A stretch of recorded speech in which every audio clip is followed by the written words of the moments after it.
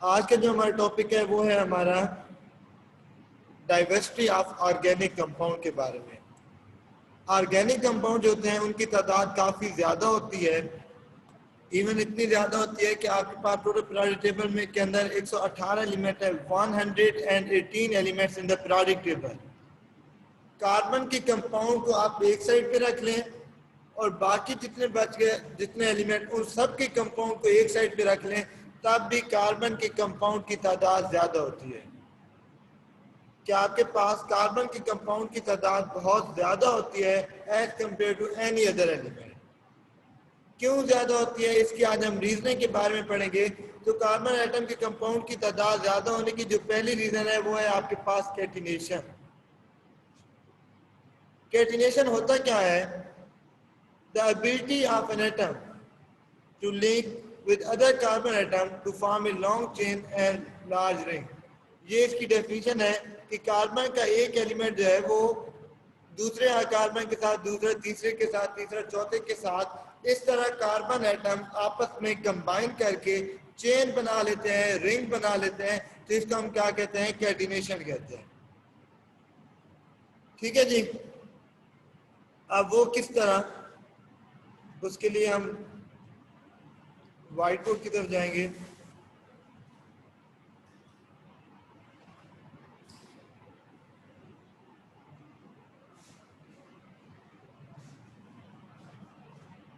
जी, अब carbon atom है, आप लोगों के पास एक कार्बन एटम है।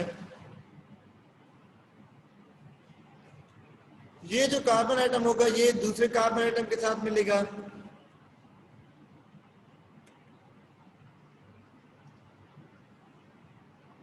दूसरा तीसरे के साथ मिलेगा। इस तरह डिफरेंट कार्बन एटम आपस में कंबाइन होते जाएंगे और वो क्या चीज बनाते जाएंगे? एक आपके पास कंपाउंड बना लेंगे, चेन बना लेंगे, एक रिंग बना लेंगे। तो इसको हम क्या कहते हैं? इसको हम कहते हैं कैटिनेशन।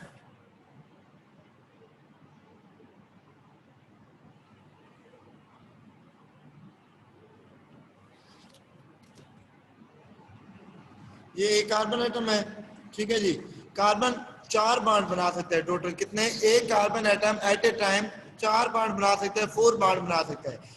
एक कार्बन एटम होगा ये दूसरे कार्बन एटम से मिलेगा, दूसरा कार्बन एटम तीसरे कार्बन एटम से मिलेगा, जो थर्ड कार्बन एटम है वो फर्दर फोर्थ कार्बन से मिलेगा। इस तरह ये कार्बन एटम आपस में मिलते जाएंगे और एक चेन बनती जाएगी। इस चेन एक स्ट्रेट चेन बन रही है जहां पर, इस चेन को हम कहते हैं कैटिनेशन।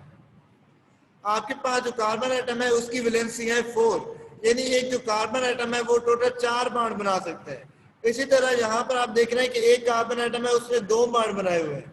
तो यहाँ पर जो होगा बाकी कार्बन एटम भी इनके साथ ज्वाइन हो सकते हैं। अब ये कार्बन है तो इसके साथ यहाँ पर भी एक कार्बन ज्वाइन हो सकता है, एक कार्बन यहाँ पर भी ज्वाइन हो सकता है।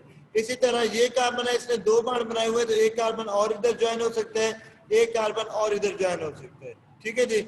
इस तरह एक कार्बन जो है वो 4 बॉन्ड बना सकता है और वो एक दूसरे के साथ, दूसरे तीसरे के साथ, तीसरे चौथे के साथ मिलते हैं। इस तरह ये बॉन्ड बनाते जाते हैं तो ये क्या हो जाता है? इनका आपस में एक चेन बन जाती है, रिंग बन जाती है, जिसको हम इस प्रॉपर्टी को क्या कहते हैं? कैटिनेशन कहते हैं।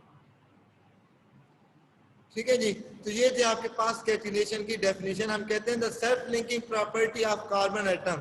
कार्बन एटम की दूसरे कार्बन एटम के साथ जो सेल्फ लिंकिंग प्रॉपर्टी होती है उसको हम क्या कहते हैं?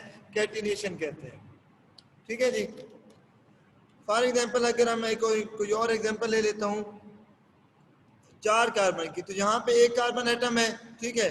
अब ये जो कार्बन है ये कितने बॉन्ड बना सकते हैं? आपके पास 4 बॉन्ड बना सकते हैं। तो एक कार्बन इधर, दूसरा इधर, तीसरा इधर, चौथा इधर। एक और कार्बन है उसने भी इस तरह इधर बॉन्ड बना लिया, एक कार्बन ने इधर बॉन्ड बनाया, दूसरा इधर, तीसरा इधर, चौथा उसके साथ ऑलरेडी बॉन्ड है।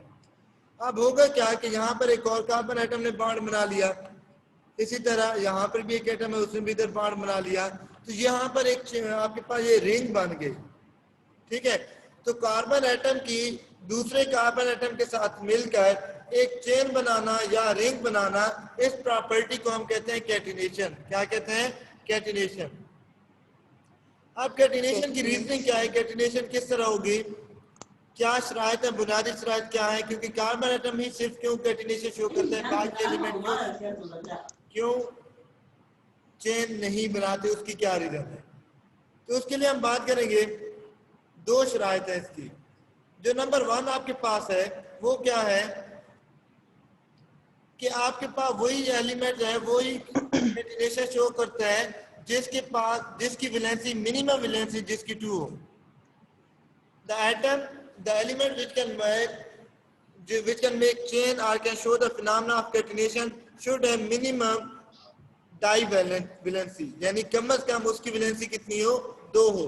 2 से ज्यादा भी हो सकती है, 2 से कम होगी तो वो कैटिनेशन शो नहीं करेगा। तो मिनिमम वैलेंसी कितनी होनी चाहिए? 2 होनी चाहिए। ठीक है जी, ये इसकी एक रीजनिंग हो गई। ज्यादातर जो हमारे पास एलिमेंट है वो इसको तो फॉलो कर लेते हैं कि उनकी वैलेंसी 2 होती है। फॉर एग्जांपल अगर मैं बात करता हूँ कि जिनके वैलेंस शेल में 2 इलेक्ट्रॉन होते हैं तो वो भी डाइवैलेंट हो सकते हैं। ऑक्सीजन, नाइट्रोजन, कार्बन, सिलिकॉन, ये सारे हैं क्या है आपके पास, इनकी वैलेंसी 2 है या 2 से ज्यादा है। तो यहाँ पर पहली जो इसकी कंडीशन है वो तो फुलफिल हो सकती है, लेकिन जो दूसरी कंडीशन है वो क्या है आपके पास, दूसरी कंडीशन काफी ज्यादा इंपॉर्टेंट है, जिसकी वजह से जो ज्यादातर एलिमेंट बल्कि तकरीबन all element other than carbon atom वो कैटिनेशन शो नहीं कर सकते। तो वो क्या है कि इनका जो आपस में बॉन्ड है, जैसे मैं कहता हूं कि कार्बन कार्बन का जो बॉन्ड है ये आपस में क्या है, स्ट्रॉन्ग हो, लेकिन कार्बन और ऑक्सीजन का जो बॉन्ड हो वो क्या हो, थोड़ा सा वीक हो। इस बात को समझिएगा, ये काफी ज्यादा इंपॉर्टेंट बात है कि वही एटम आपके पास कैटिनेशन शो कर सकते हैं जिनकी जो आपस में बॉन्डिंग है वो ज्यादा स्ट्रांग हो as compare to any other element, specially oxygen के साथ। अब कार्बन कार्बन कैटिनेशन क्यों शो करते हैं? क्योंकि कार्बन और कार्बन का जो आपस में बॉन्ड है वो काफी ज्यादा स्ट्रांग है। कार्बन और ऑक्सीजन का bond as compare to carbon carbon bond क्या है, वीक है, तो ये कैटिनेशन शो करता है।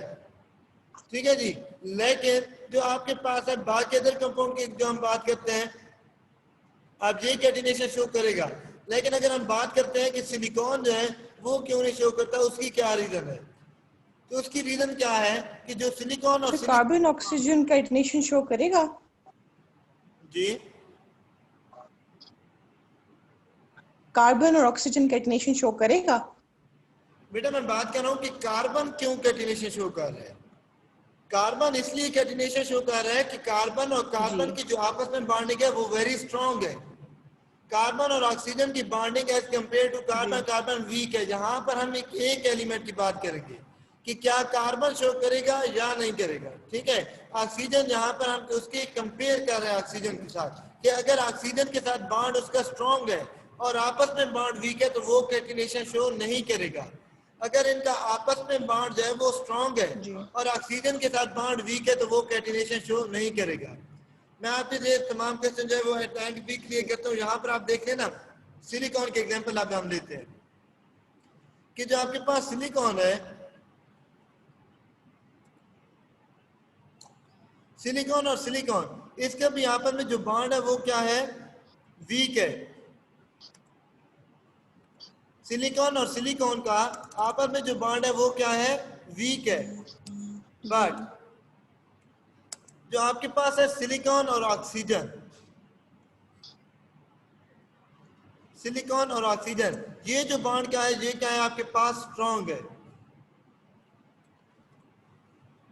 अब ये रीजन है कि सिलिकॉन कैटिनेशन शो नहीं करता, क्योंकि कैटिनेशन की जो हमने शराइत पढ़ी है, पहली जो कंडीशन थी वो ये थी कि उसके पास मिनिमम वैलेंस शेल के अंदर 2 इलेक्ट्रॉन, मतलब वो डबल बॉन्ड बना सकते, 2 बॉन्ड बना सके, 2 बॉन्ड बना ले, 3 बॉन्ड बना ले या 4 बॉन्ड बना ले तो वो कैटिनेशन शो करता है। ज्यादातर एलिमेंट इस कंडीशन को फुलफिल कर लेते हैं।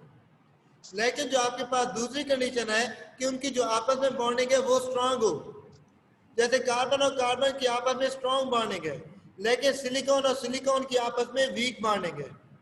कार्बन और ऑक्सीजन की वीक बॉन्ड है, सिलिकॉन और ऑक्सीजन की स्ट्रांग बॉन्डिंग है।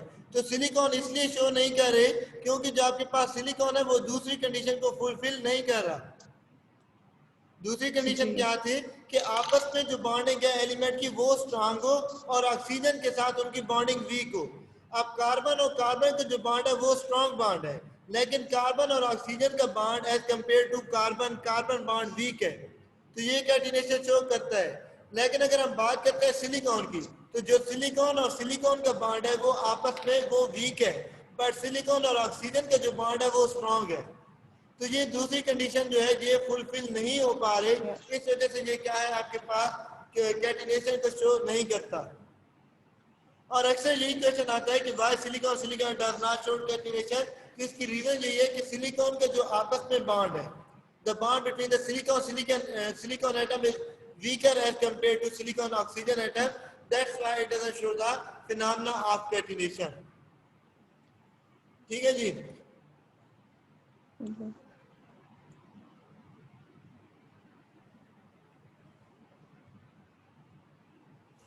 तो ये बात थी आप लोग के पास कैटिनेशन, कैटिनेशन क्या है और कैटिनेशन के शराइत क्या है, बेसिक कंडीशन क्या है, क्यों ये शो करता है कार्बन और बाकी एलिमेंट क्यों नहीं शो करते। तो यहाँ पे यही दो शराइत लिखी है, the element should have valency 2 और ग्रेटर देन 2, कि जो एलिमेंट कार्बन कैटिनेशन शो करता है उसकी वैलेंसी या 2 हो या फिर 2 से ज्यादा हो।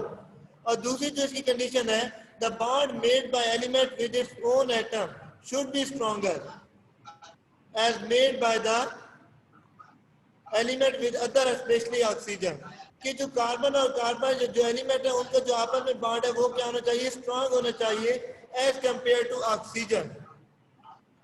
अब यहाँ पर देखें तो नीचे इसी पैराग्राफ के अंदर वो वजाहत कर रहा है कि जो सिलिकॉन और कार्बन है दोनों के इलेक्ट्रॉनिक कॉन्फ़िगरेशन सेम है, लेकिन जो कार्बन एटम है वो कैटिनेशन शो करता है, लेकिन जो सिलिकॉन है वो शो नहीं करता। इसी के एक्सप्लेनेशन कर रहा है कि the both silicon and carbon have the similar electronic configuration, but carbon show catenation whereas silicon does not। क्यों, रीजन क्या है, it is mainly due to the reason that carbon carbon bond are much stronger. Carbon और carbon का bond ज्यादा strong है। Carbon और carbon के bond को तोड़ने के लिए you have to give 355 kilojoule energy per mole. एक बॉन्ड, एक मोल आपके पास अगर कार्बन के बॉन्ड है उनको तोड़ने के लिए आपको 355 किलो जूल एनर्जी देना पड़ती है।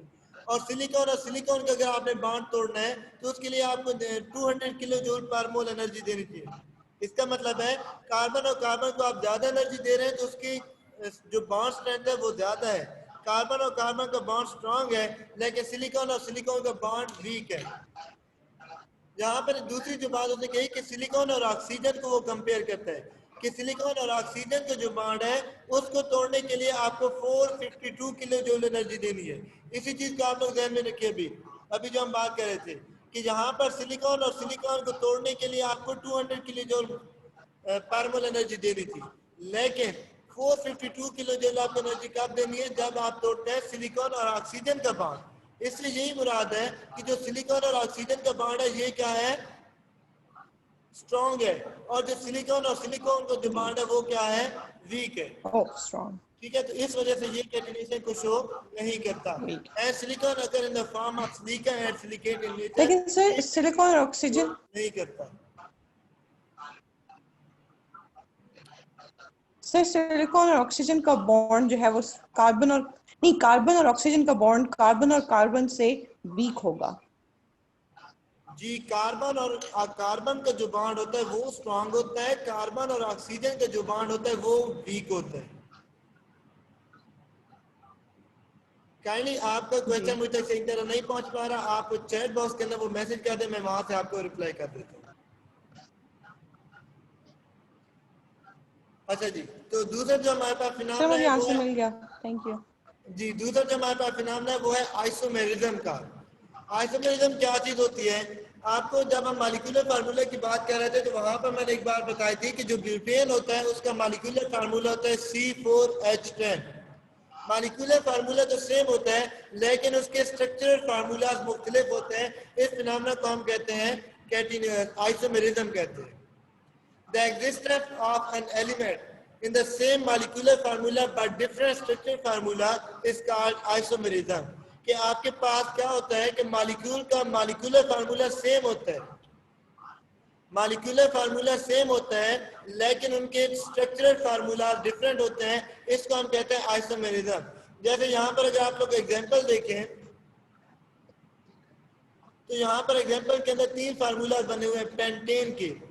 पेंटेन का जो फार्मूला है वो आपके पास क्या है, पेंटेन का फार्मूला है जनाब C5H12। ये आपके पास है पेंटेन का मॉलिक्यूलर फार्मूला। अब आपके सामने 3 स्ट्रक्चर बने हुए हैं, इन तीनों स्ट्रक्चर को अगर हम देखते हैं,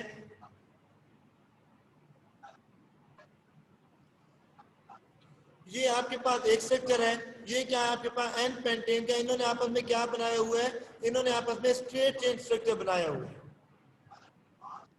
ठीक है जी। सॉरी, हाँ जी, इन्होंने आपस में स्ट्रेट चेन स्ट्रक्चर बनाए हुए हैं, यानी कि 5 के 5 कार्बन एटम आपस में स्ट्रेट चेन में जुड़े हुए हैं, इसलिए हम इसको कह रहे हैं एन पेंटेन यानी कि नॉर्मल पेंटेन। अगर आप दूसरे स्ट्रक्चर की बात करते हैं, यहाँ पर देखें तो यहाँ पर क्या है कि यहाँ पर मेन चेन के साथ क्या बना हुआ है, एक ब्रांच CH3 लगी हुई है वही 5 कार्बन, हाइड्रोजन की तादाद भी सेम है लेकिन यहाँ पर स्ट्रक्चर मुख्तलिफ है।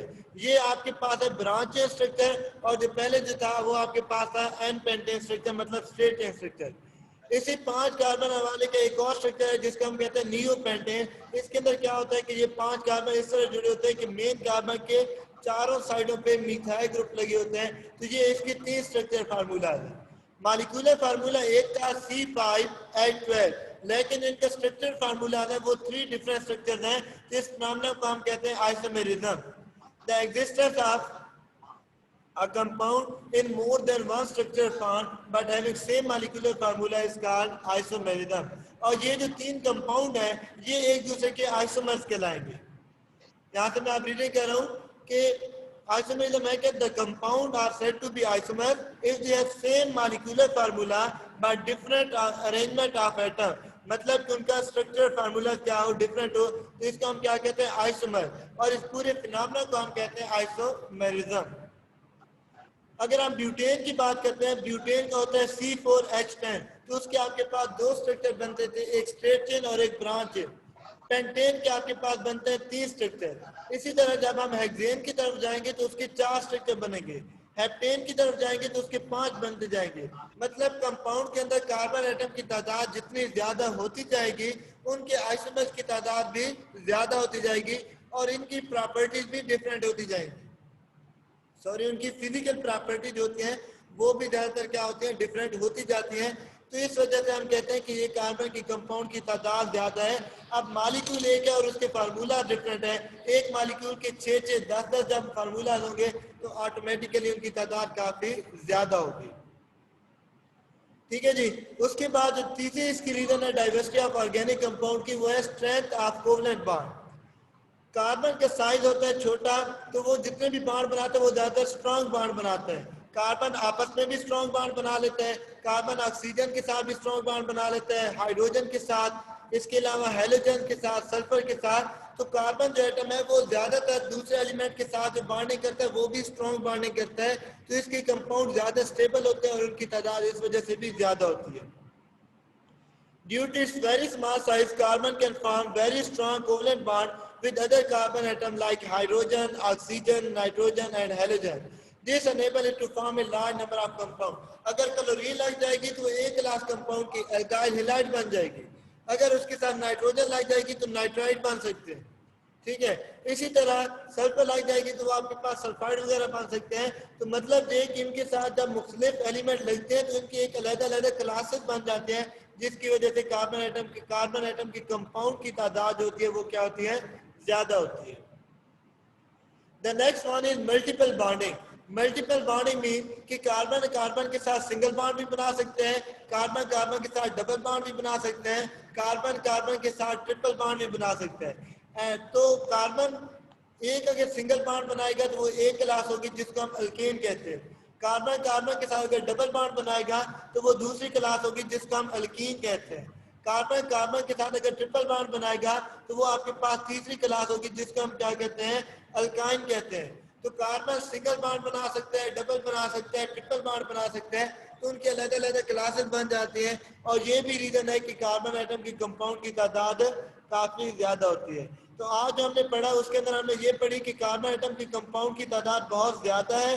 क्यों ज्यादा है? तो उसके हमने रीजन पढ़ी। सबसे पहली रीजन हमने कहा catenation, the self linking property of carbon item to another carbon item, कि एक कार्बन आइटम दूसरे कार्बन आइटम के साथ मिलता है तो क्या बना लेता है? लॉन्ग चेन बना लेता है या रिंग्स बना लेता है, तो इसकी कंपाउंड की तादाद ज्यादा होती है। कार्बन की दूसरे कार्बन आइटम के साथ मिलकर लॉन्ग चेन बनाना, रिंग्स बनाना, इसको हम कहते हैं कैटिनेशन। दो कंडीशन हमने पढ़ी है कैटिनेशन की, कि उनका पहली बात है कि मिनिमम डाइवैलेंट हो, यानी इसकी वेलोसिटी 2 हो या 2 से ज्यादा हो।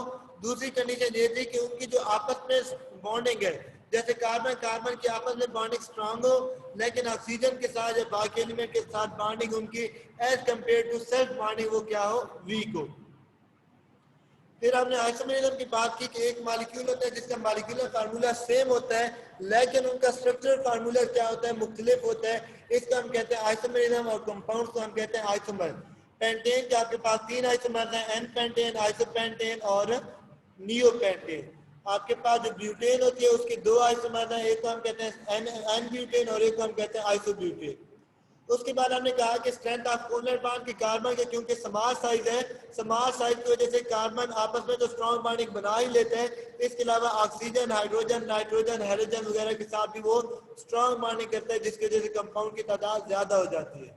लास्ट जो थी वो थी आपके पास मल्टीपल बॉन्डिंग। मल्टीपल बॉन्डिंग के अंदर ये बात थी कि जो कार्बन कार्बन का बॉन्ड होता है, कार्बन कार्बन के साथ सिंगल बॉन्ड बना सकता है, डबल बॉन्ड बना सकता है, इवन ट्रिपल बॉन्ड बना सकता है। तो इस वजह से भी इनकी कंपाउंड की क्लासेस जो थी वो डिफरेंट हो जाती हैं और कार्बन की कंपाउंड की तादाद ज्यादा थी। तो ये था हमारा आज का लेक्चर। इसमें अगर आपको कोई प्रॉब्लम है तो आप इनबॉक्स के अंदर, चैट के अंदर कमेंट्स करके आप मुझे बता सकते हैं।